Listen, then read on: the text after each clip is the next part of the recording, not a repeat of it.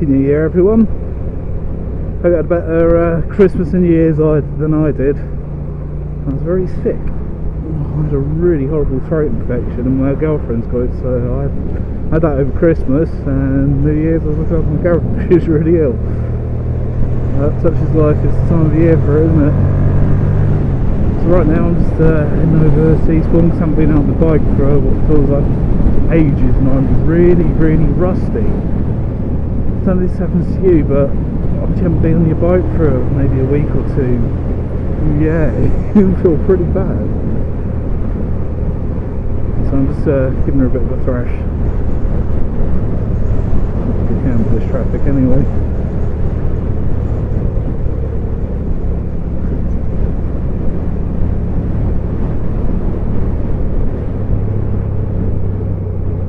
So I've actually did a little bit of work on it over the Christmas break, and that was replacing the regulator rectifier on this thing, because the standard Suzuki one, or the one they use on the early SVs, isn't very good. It will fail, so part of the flaw design. It's one of those things, after about 30,000 miles, if it hasn't failed by then, it will fail.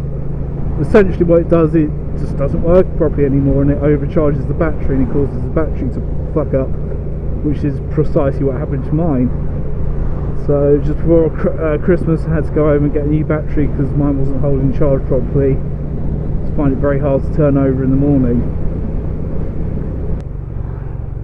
So I researched the problem, found out it is the regulator on here, and the best thing you can do is junk it and replace it with something better, which is what I did. I got a unit from an FJR 1300 and installed that onto here. Reason I went for an FJR one is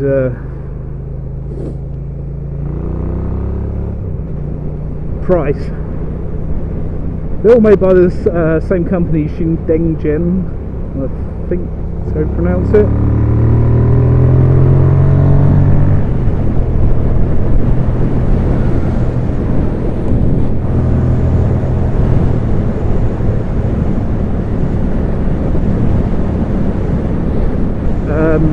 Yeah, so it's the FJR unit. I think it's the same as the later R1s. The best one you can swap it for, and I'll tell you why, is a CBR unit, a CBR 600RR after 2008. But they're not easy to come by, and when you do find them, they're more than sort of 60 quid. And the one I managed to pick up for 30, 35, something like that. So they're a little bit more common. The reason you use the CBR one is because you can bolt it straight on, and you don't have to mess about with it. With the FJR ones, the part number's FH001, 1, 2, just basically increments from there. They're all about the same sort of size. I had to make a bracket to get it to fit. If you mount it on the how it is, there's two connectors at the bottom,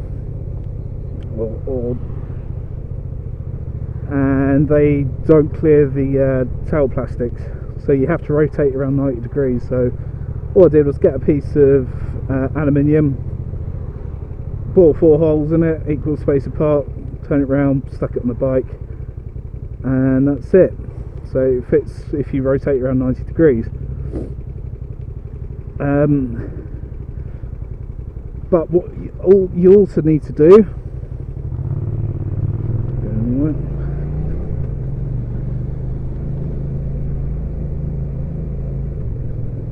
because the standard unit, the wires that come out from the alternator to the battery, was the charging system, are on pigtails, so it's pretty easy to just connect it up. These ones actually have a mounting for the connectors. Now you could go around, get the connectors, do it all yourself, cost you a few quid, a bit of time, or you can go to Triumph, and I'll put the part number in there. It's 8 quid, and you get both sets of cables and connectors for them, and it literally, all you have to do is swap out the alternator side connector from the old one and put it onto the Triumph one, and then say take that Triumph plug you've just taken off and put it onto the alternator side of the connector. You'll see it if you ever have to do it, you'll know what I'm talking about. Excuse me. Then all you do is snip off the charging system, because I go direct to battery now instead of through the old one, using a heavier gauge cabling, and yeah, just put an inline fuse on that, a couple of ringlet connectors,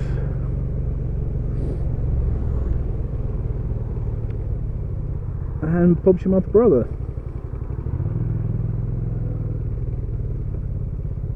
Now with this I'm getting 14.5, 14.6 volts, because this dash has a voltmeter. That's how I saw the problem in the first place. It's saying somewhere between 16 and 17 volts, which is not, it should not be doing that under any circumstances. It puts battery.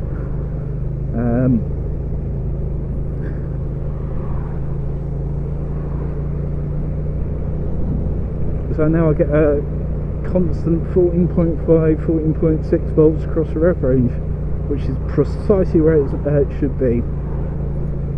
So yeah, worthwhile upgrade. So yeah, if you can't get a CBR one, you've got to look. So you look around on eBay and they're kind of expensive compared to what else is out there. Grab one from an R1 or an FJR 1300. All you have to do is make a little bracket, use the scrap bit of aluminium, get the connectors from Triumph, put them on, cut the old ones off, and away you go.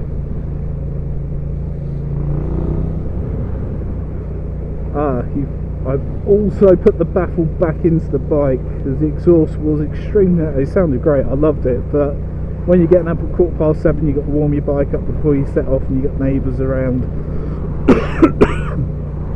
Tends to piss them off a bit, so I thought for the sake of good neighbourly conduct I'll put it back in for a while. Still sounds alright, it just doesn't sound as good as it did. So yeah, I was taking a little ride over Eastbourne, stretch the bike a bit, stretch myself a little bit, get a coffee, enjoy the view. It's a little bit wet out today, a little bit slippery. It's glorious weather though. It's very nice.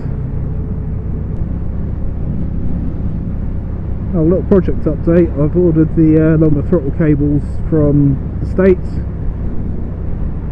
They said that check the shipping information. It could be with me from, well, today, anywhere up until the 14th, but there's no rush on those. It's a bit of a pig to fit them as well. I hate this time of year. My bike is horrible and tatty, and it's covered in salt and shit. But as soon as you clean it, next day it's crap again. So what can you do?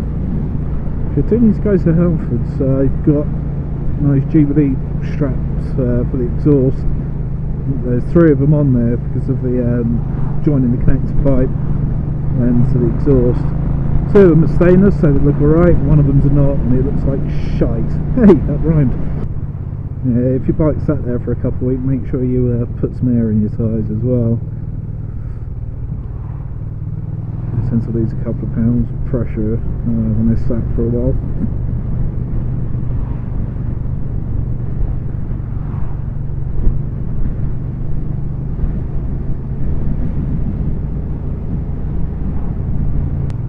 Yeah, so also if you have an SV650 and you want to know how to do the regulator rectifier mod, drop us a line, I'll let you know how to do it, or just search for around the SV forums. There's loads and loads of information. It's been done so many times to them. But it's very easy, it's pretty straightforward.